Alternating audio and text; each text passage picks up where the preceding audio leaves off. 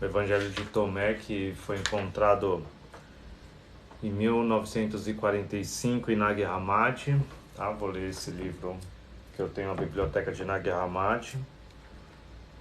Eu vou fazer uma breve explicação sobre ele enquanto as pessoas entram. Para quem tiver interesse aí, vai fazendo perguntas, tá? Essa é a Escola Gnóstica, um dos únicos lugares que você vai ter para ouvir sobre o cristianismo primitivo, que é essa parte da história que foi um pouco escondida aí pela Igreja Católica, e nós temos então muitas informações que não colocaram na Bíblia, não falam nas igrejas, eles escondem, não falam nem nas igrejas católicas nem evangélicas, que existem livros com frases, ditados, histórias sobre Jesus e coisas que Jesus falou que divergem muito do que a igreja disse, o que foi feito.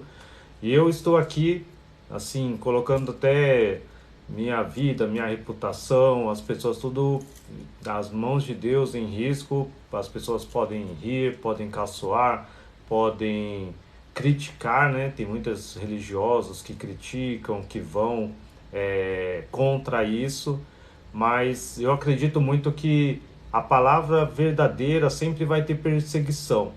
Então aquilo que todo mundo aceita, todo mundo que a multidão aceita, nunca para mim foi o vantajoso, foi o que realmente é.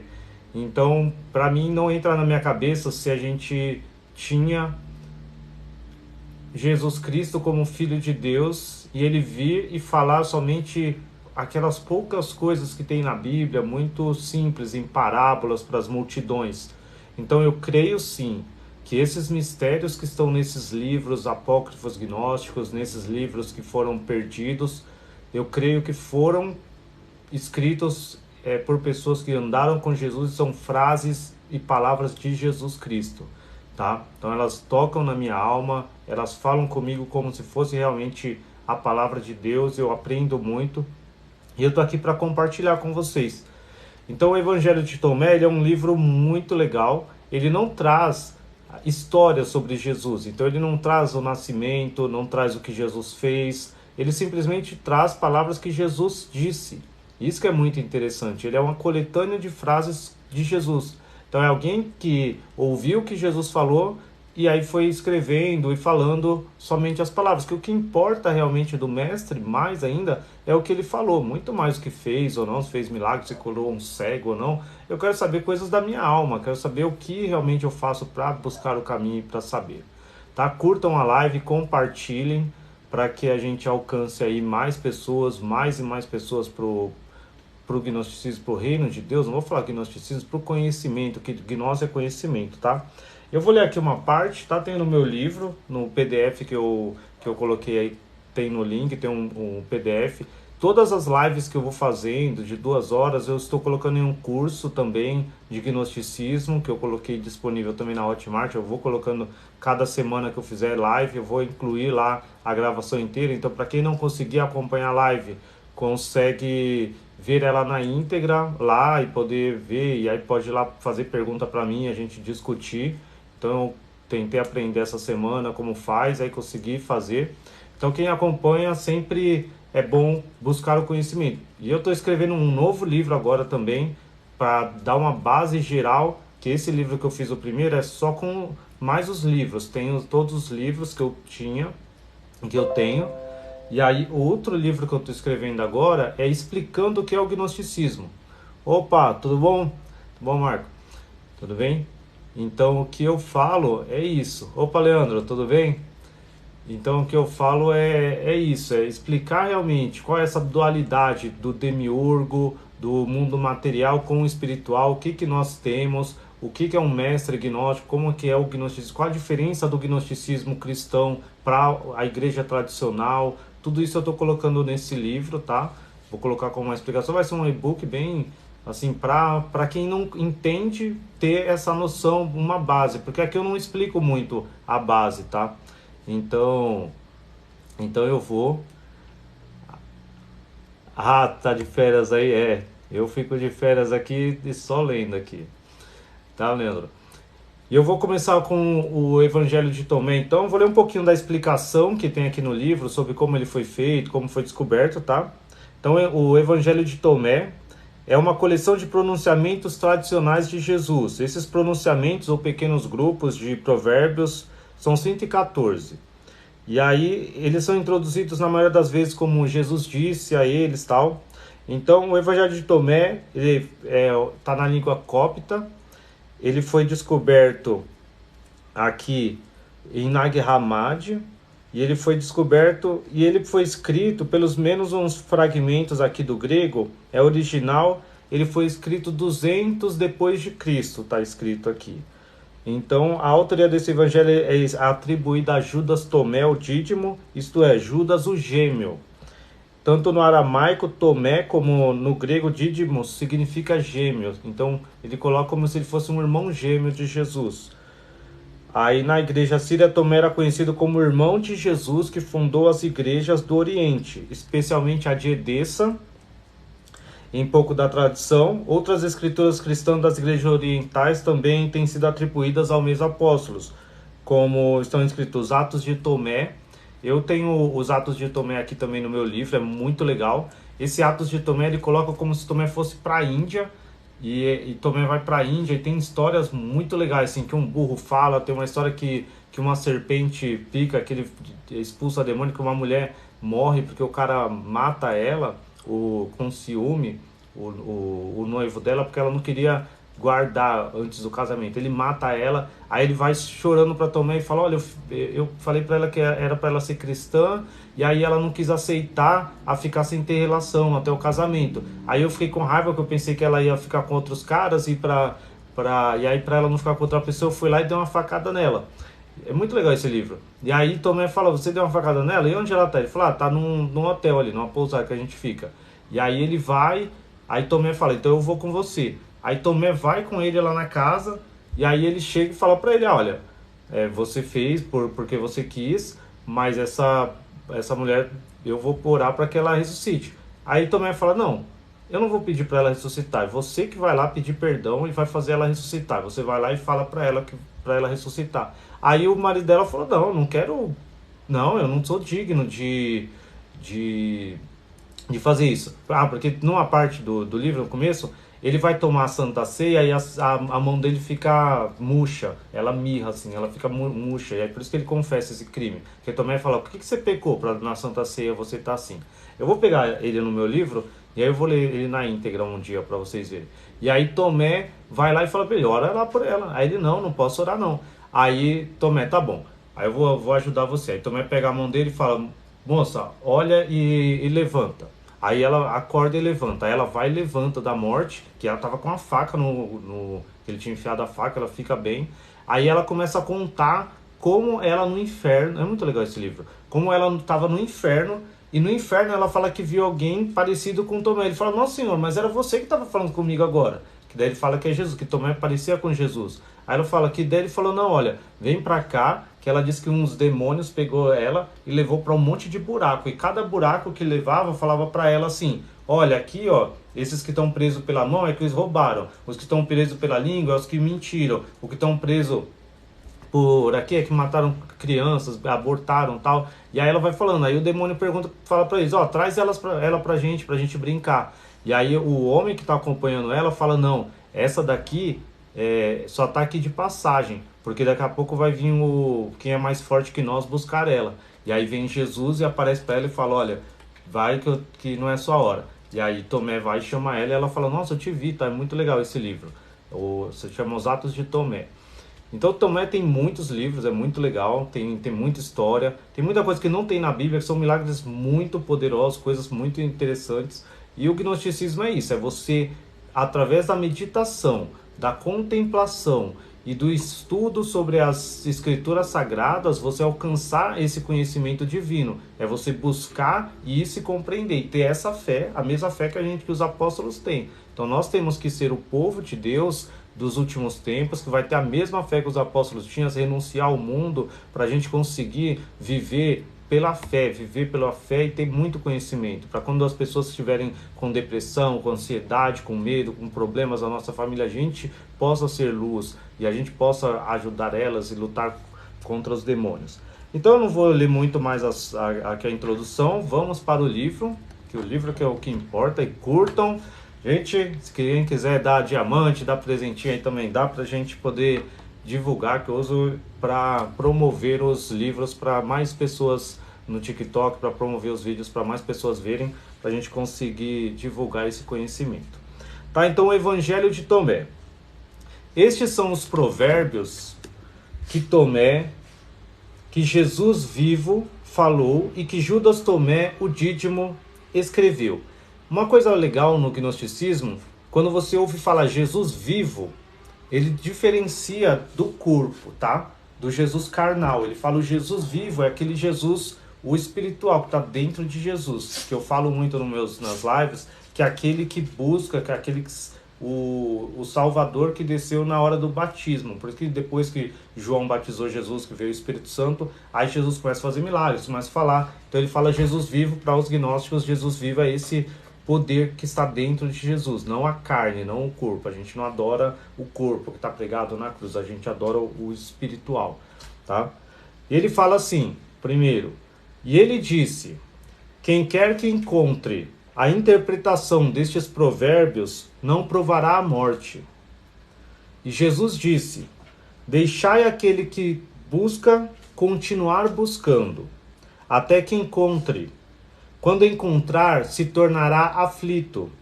Quando se tornar aflito, será surpreendido e reinará acima de tudo. Isso acontece com muitas pessoas. Boa noite, Edna. Boa noite, Micaele. Tudo bem? Isso acontece com muitas pessoas que quando você busca o conhecimento e você encontra, e aí Jesus fala, continua buscando, você vai buscando, porque você foi em muitas igrejas, você vai em muitos lugares buscar o conhecimento, e você não se satisfaz, porque você vai para uma igreja, vai para um centro espírita, vai para macumba, vai para a igreja católica, vai para o evangélico, e você está ali buscando, para o budismo, você vai buscando. Mas ele fala assim, quando você encontrar realmente o que você busca, o conhecimento, ele fala, quando encontrar, você vai se tornar aflito. Vai dar uma angústia no seu coração, você vai se tornar aflito mesmo, assim, porque você fica assim, pô, parece que tudo que eu aprendi desde criança tá errado, parece que mentiram pra mim, tudo que aconteceu tal, então dá uma aflição, você fica estupefato, assim, e aí você pensa, nossa, isso é o conhecimento da verdade. Boa noite, Cláudia, boa noite, Edna. E aí ele fala assim, quando se tornar aflito, será surpreendido. Aí a partir desse momento você se torna aflito, você se surpreende que o Espírito Santo te dá o conhecimento e o entendimento, e aí você passa a reinar acima de tudo, que o seu conhecimento maior é que você é um com o todo. Quando você busca e você encontra essas palavras de Jesus, você entende que você e o universo vieram à existência no mesmo momento. Que assim como Jesus é unigênito do Pai, você é irmão de Jesus e você é um com o Pai, um com o todo, e você se torna um e se começa a reinar. Você começa a sua palavra a ter poder. Aquilo que você pensa acontece, que está em sintonia com o Pai. Eu vou ler outra versão, porque eu tenho várias traduções, tá? Quem perguntou, acreditam nos nefilins? A gente tem outros nomes para eles, arcontes, a gente tem outras histórias do gnosticismo, que o livro de Enoque, ele tem outro ponto aqui, deixa eu ver o negócio aqui. E ele fala assim, ó, quem descobrir a interpretação dessas palavras não provará a morte. E aí ele fala assim, Jesus disse, aqueles que buscam não devem parar de buscar, até que encontrem. Quando eles encontrarem, eles serão perturbados. Quando eles forem perturbados, eles se maravilharão e reinarão sobre todos. E depois de terem reinado, descansarão. Então no meu livro, né, esse daqui eu li aqui, estou lendo no notebook, no livro Apócrifos Gnósticos, que eu tenho na... Isso aqui é uma outra versão do inglês, essa é uma versão traduzida, e essa é outra tradução. E eu prefiro essa é muito mais completa, e dá para você entender mais. Isso aconteceu comigo quando eu entendi sobre a graça de Deus. Até então eu vivia presa na antiga. É isso mesmo, Cláudio. Você fica surpreso, você fica aflito, você fica ansioso, que você fala, meu, vivi 20 anos na igreja. Eu era evangélico de levar a Bíblia para a igreja, para a escola. Eu levava a Bíblia assim para a escola. Na escola eu pregava para as pessoas, eu falava de Isaías. Eu falava que todo mundo ia morrer. Porque na Bíblia só tem coisa que as pessoas vão morrer, né? Aí eu falava e fazia assim, falava, não, isso daqui, ó, se você não se converter, você vai morrer. E é isso, se você ficar... E eu era muito religioso. Mas o dia que eu entendi, compreendi essa parte do conhecimento gnóstico, dos livros apócrifos, que existia muito mais, que Jesus falou que o Pai não é esse Deus julgador que nós conhecemos, que vai amaldiçoar 3, 4 gerações da nossa família se a gente não fizer, se não obedecer ele, a gente vai ser castigado. E quando você entende que o Espírito Santo está com você, quando ele te abraça, quando ele cuida como uma mãe, ninguém pode te julgar, ninguém mais vai te julgar. Jesus morreu por você para que você tivesse a liberdade. E essa liberdade te dá o entendimento de que você é um com Deus. E aí não vai ter julgamento, porque você só veio para cá para conhecer ele e você vai voltar para os braços do Pai. E essa é a paz, isso é o descanso. E aí ele fala isso aqui, ó. Jesus disse, aqueles que buscam não devem parar de buscar até que encontrem. Por isso que eu estou colocando um monte de conhecimento. Quem não tem dinheiro para comprar um livro, manda para mim por e-mail, eu mando. Quem não tem... não quer ler o livro, vê os vídeos, pede, ó, faz um vídeo sobre o livro tal, que eu tô fazendo essa live que uma pessoa pediu para mim fazer sobre o livro de Tomé. Aí eu tô fazendo. Então fala, ó, faz desse livro, olha no YouTube, vê audiolivro, mas você tem que buscar o conhecimento de todo lugar. Não gosta do jeito que eu falo? Procura outra pessoa que fala sobre os livros apócrifos e vai buscando. E você não precisa buscar também só nos livros apócrifos. Busca na Bíblia, aí busca lá no Zen, busca lá no Taoísmo e vai buscando. Quando você encontrar aquilo que realmente é do Pai, vai bater no seu coração e você vai sentir e o Espírito Santo vai te guiar. Através da meditação ele vai te trazer qual é o conhecimento que realmente faz sentido para você. Porque nem todas as almas são iguais. Para nós gnósticos, no livro de Zoroastrianos e outros livros, fala que tem 4 tipos de almas imortais, tá? Então não é só, tem a alma imortal e a mortal. A mortal é dos arcontes, mas dos filhos do Pai tem 4 tipos de alma. Então tem a geração sobre a qual não há reino, tem aqueles que se arrependem, tem aqueles que buscam, tem aqueles que pecam, vivem uma vida e depois vão se converter, tem aqueles que desde criança já conhecem, já buscam, já tem aquela percepção, tem pessoas que são aqueles que são ensinados por outros, tem aqueles que não precisam que ninguém ensine a eles, são autodidatas, e é assim. Deixa eu ver, claro, vivi 20 anos lá dentro, vivendo uma angústia sem fim, é isso. Oi, tudo bom, Edna? Que bom que você está gostando. Mas você fica numa angústia, parece assim, é a minha sensação e de muitas pessoas. E o que eu prego aqui, eu acho que eu prego 99% da minha pregação é para desviados. É para as pessoas que estavam na igreja e não aceitaram. Então é aquela ovelha perdida. E tem a parábola que Jesus fala.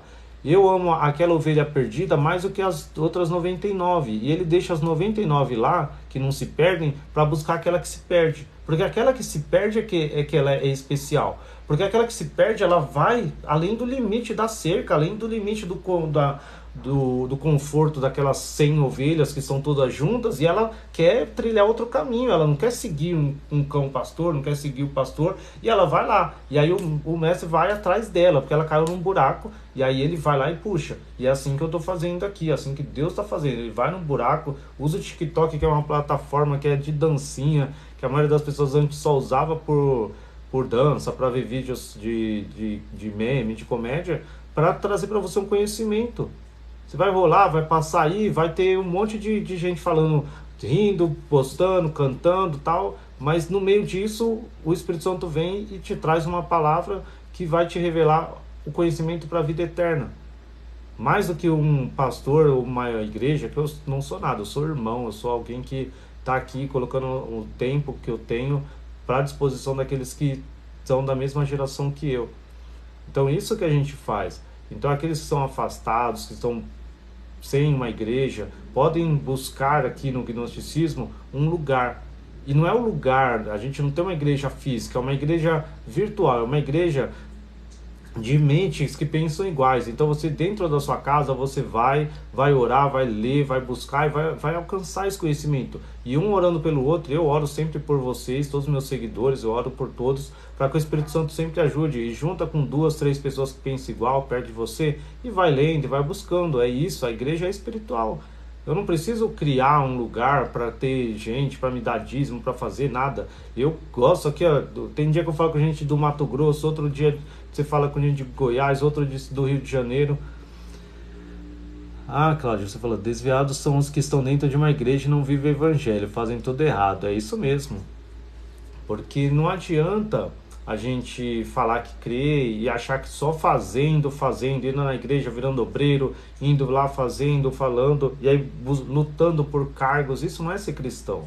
Ser cristão é você buscar conhecimento, viver a palavra e buscar. E não é essa santidade de mostrar para os outros e falar, olha, porque eu sou santo, eu não peco, ou eu vou fazer, não. Aqui eu não prego, que você não pode ouvir uma música, que você não pode sair, que você não pode fazer. Tudo você pode, nem tudo te convém. Então o importante não é o lugar que você está, mas o importante é como você está dentro de você. Porque você pode ir numa festa, pode ir num casamento, pode ir num barzinho, e você está lá conversando com uma amiga, conversando com amigos, falando coisa espiritual, ou vivendo coisa, ouvindo uma música de sertanejo, ouvindo uma música, e você está ali tranquila, com Deus, você não está com maldade com ninguém, você não está querendo fazer mal de ninguém, não está desejando mal, fofocando, falando coisas que desaprovem ou façam algo de mal, então não tem problema. Agora o problema é você estar dentro de um lugar que você chama a casa de Deus e ficar causando intriga, mentindo, brigando, roubando o marido dos outros, outro traindo, outro roubando, outro brigando por cargo, brigando por quem vai cantar mais bonito, quem vai ter a palavra mais bonita, quem vai lá pregar, quem não vai, vai ter oportunidade ou quem vai fazer mais. E é sempre assim, todas as igrejas pelas quais eu passei quando eu era adolescente, era uma disputa incrível por cargo e a aspiração maior das pessoas era ser pastor, obreiro, presbítero, e nessa guerra parecia assim, e todo mundo brigava comigo, porque eu não queria, e meus amigos falavam assim, meu, você tem que abrir uma igreja, a gente vai ficar rico, eles falavam assim mesmo, porque andavam umas 12, 20 pessoas assim comigo, e depois do culto, eu ia pra casa deles, aí eu orava, fazia uma fila de gente assim, para que eu orasse para expulsar demônio curar ou qualquer coisa assim, eu recebi o Espírito Santo. E era muito legal, porque as pessoas achavam que eu ia orar, fazer alguma coisa. Eu não fazia nada. As pessoas faziam a fila e eu falava assim, Jesus, Jesus, Jesus, Jesus. E as pessoas caíam. Eu só falava assim, Jesus, Jesus, e as pessoas recebiam. E aí o demônio saía e eu só falava, Jesus. Aí quando vinha um demônio, eu falava, Espírito Santo, dá mais ele. E aí eles falavam, nossa, como você faz isso? Aí você tem que pregar. E eu falava, não, não é cargo, eu não quero dinheiro, não quero igreja, não quero gente, eu quero assim, as coisas é uma pessoa, é você saber com uma pessoa e ser guiado pelo Espírito Santo, você fluir e saber o tempo certo. Porque o Espírito Santo há 2010, 12, 13 anos atrás, eu tinha muita vontade mesmo assim de fazer o que eu faço hoje. E por uma profecia, o Espírito Santo falou pra mim, olha, tinha uma ex-namorada, não conto isso pra ninguém. Gente, curta a live aí, compartilha para que mais gente, o TikTok faça, tire o pessoal dos cultos tradicionais aí pra vir pra gente aí, ouvir a verdade. E aí eu tinha terminado com... Eu gosto de profecia. Tem uma bispa, não que eu não gosto de igreja, gente. Eu amo as pessoas, amo todo mundo. Eu tenho essa bispa Raivane, que eu tenho um carinho por ela muito grande. Ela profetiza, é uma pessoa de Deus, tem o Espírito Santo, mas eles pregam somente a palavra que eles conhecem. Então não é o errado. Né? O errado foi que eles aprenderam, até padre, tem padre que conhece os livros gnósticos e não pode falar que a igreja vem em ordem de cima que você não pode, você tem que pregar só a Bíblia, ou só os livros deles tal. E aí eu lembro que eu queria muito fazer, e o Espírito Santo sempre falava para mim, olha, você espera e estuda, você tem que estudar, trabalhar, ganhar seu dinheiro para depois você fazer o que é a palavra. E não é você procurar, eu que vou trazer as pessoas para você falar. E aí eu queria casar também. Eu queria casar, eu tinha uns 26 anos, 27. E aí eu queria também fazer as coisas. E aí eu tinha terminado com a minha ex-namorada. E aí eu falei, vou na igreja com a outra ex-namorada minha. Que era minha amiga, tal, já era casada, mas ela queria conhecer essa igreja. E aí eu sentei lá no culto, assim, lá no fundo, e tinha umas 500 pessoas na igreja. E aí, esse dia era uma quinta-feira. Aí minha ex-namorada, ela ligou pra mim e falou assim: ah, vamos voltar, eu quero conversar com você, que eu te amo, quero voltar, tal, vamos amanhã conversar? Amanhã depois do trabalho, que a gente trabalhava junto. Aí eu falei, ah, tá. E normalmente eu não ia falar, que a gente tava uns 3, 4 meses separados, e tava muito certo que eu não queria. Mas na hora eu falei, não, eu quero, porque eu gostava dela. E aí, só que eu fui pro culto e sentei lá no culto, lá no final. Aí quando eu sentei, aí a pastora começou a falar, a pregar, daqui a pouco ela falou assim, olha, tem um homem aqui, que o Espírito Santo tá me falando, que ele namorava com uma menina, que ele achava a mulher mais linda do mundo. Ele achava tão linda, a pessoa maravilhosa, e hoje, e eles terminaram, né? Ela falou, e eles terminaram faz uns 3 meses. E hoje essa pessoa ligou pra ele à tarde para que eles vão amanhã conversar para voltar. Mas o Espírito Santo tá falando para você que não é para você voltar. Aí eu falei, pronto, eu aqui, quieto. Pronto, falei, agora, Deus, o que eu vou fazer? E minha amiga tava aqui do meu lado, assim, eu nem olhava.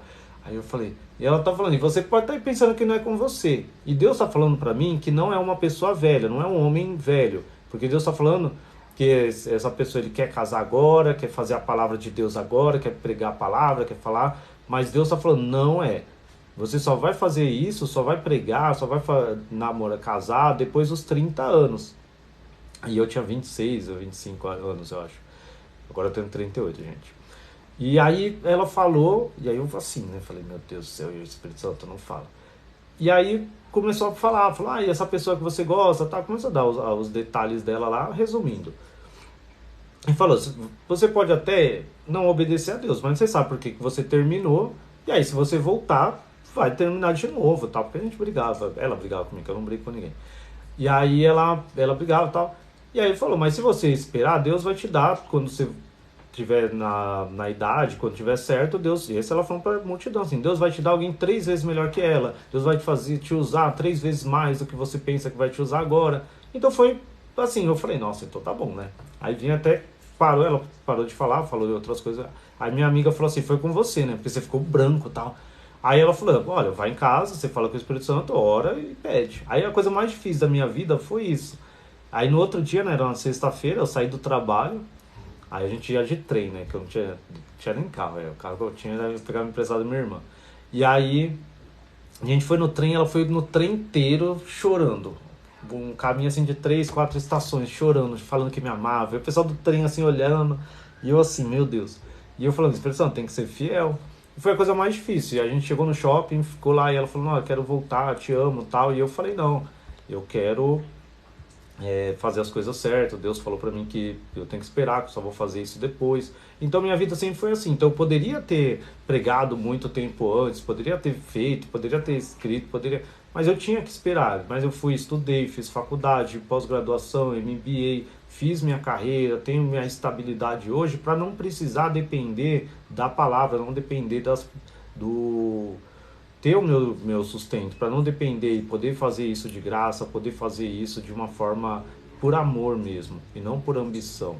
Então é uma história assim da gente, mas isso é para entender. Então sempre existe essa guerra e no gnosticismo não tem. A gente busca o conhecimento e busca a salvação por si mesmo. E se você encontra outra pessoa, você encontra ela e tenta elevar ela e trazer o conhecimento para ela. Mas você nunca vai poder fazer o trabalho por ela.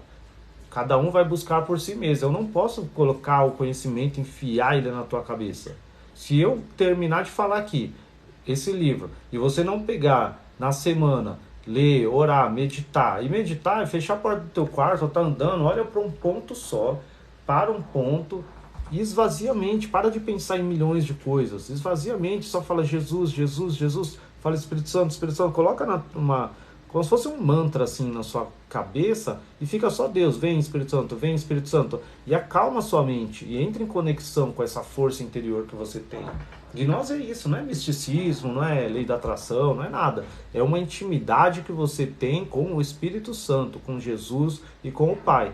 Não é só você pensar, eu vou na igreja, eu vou lá ouvir, eu vou ficar aqui ouvindo ele falar. Não, você tem que ter ação, você tem que buscar lá, ler, compreender. E nesse processo da sua mente, buscar o conhecimento desses livros é como se fosse um colírio para os olhos. Tem um livro que fala isso. É como se fosse um colírio para os olhos. Você tem que colocar ele de hora em hora. Nesse livro ele fala. Então você tem que colocar de hora em hora esse colírio nos seus olhos, que é a palavra de Deus, para que